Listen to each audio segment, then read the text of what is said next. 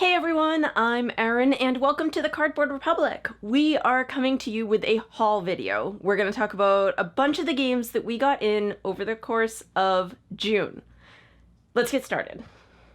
We're going to start off with Arkwright. Arkwright it's a heavy Euro game. It's set during the English Industrial Revolution.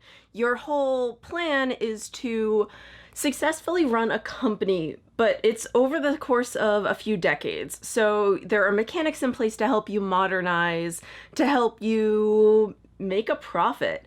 And it is definitely a longer game. So it's not something that's going to be great for everyone at the table all the time. But I've been really in the mood for a meatier game lately, so I am looking forward to this one. If there's one thing that I love more than haunted house games, it's Sherlock games. And fun fact, Arthur Conan Doyle, huge into the occult, probably would have loved haunted house games just as much as I do. But anyway, Beyond Baker Street is a cooperative deduction game, and it plays a lot like Hanabi, if you know that one. So you have a handful of cards, and the catch is that you can't see any of your own cards. You can only see everyone else's cards. So together you have to give clues and try to communicate effectively with your teammates to help solve Sherlock's case. It also comes with this really cute little Sherlock meeple. I don't know if you can see that, but we'll have a close-up of it. It's adorable and I love it. All right. And then back to something a little bit heavier. So Small City, despite its name, is definitely not small. You play the mayor of this one, I guess, borough in a city. And effectively, you just have to manage your resources well enough to get reelected. That's kind of the whole point. I haven't played it yet, obviously, that's why it's in a haul video.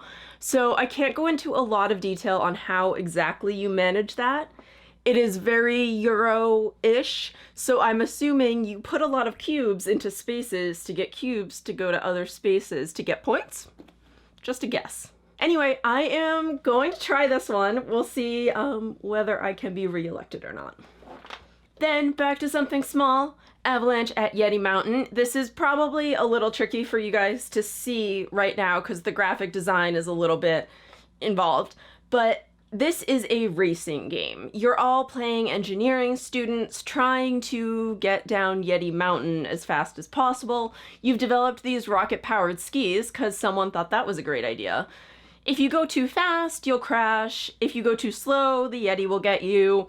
If you decide to use your rocket power, you'll probably set off an avalanche. So it's a series of choices. All of them are bad, but you've put yourself in this situation. Sushi Go Party is literally just a party version of Sushi Go. It's super cute. It's just a little set matching game trying to collect groups of sushi, but hold on. The sushi cards, they're so cute.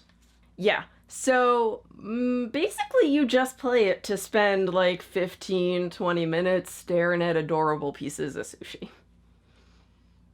That's all I'm gonna do. This game is just beautiful. Look at it. Like that matte finish, the shininess. Escape from the aliens in outer space. Yeah, so Escape from the Aliens in Outer Space is a game that I think I wouldn't normally like. It's set on a derelict spaceship. Well, sort of derelict, about to be derelict. An alien plague has taken over the crew. You don't know who is human anymore and who is an alien. And you also don't know where anyone is. You have to determine based on other players' moves where they are and, more importantly, what they are. Normally that kind of bluffing and deduction game doesn't appeal to me, but in this case, the graphic design alone makes me want to try it. I know that you can't judge a game by its cover necessarily, but I really, really, really hope that you can with this one. And another really pretty little game, The Ravens of Thry-Shahashri? I tried. Thry-Shahashri. That is the best I can do with this. The Ravens, we're gonna call it. This game is an asymmetrical cooperative card game. So that means you have two players And while they're both on the same team, they're not necessarily performing the same actions. In this game, one player has forgotten their memories and the other player is trying to help them remember, and you do it all by manipulating a set of cards. I was reading into it a little bit, and the way that you manipulate those cards was a little confusing just in a summary explanation, so this is one I think I'm going to have to play it a couple times before I can really describe it well to you. So hopefully by the time I do our to be played or a recap of this game, I will know what I'm talking about. And another cute game, this is a great theme for a summer episode, crossing. So this is really easy. Actually, all the rules are basically on the back of the box. You are trying to collect gemstones from these magical mushrooms.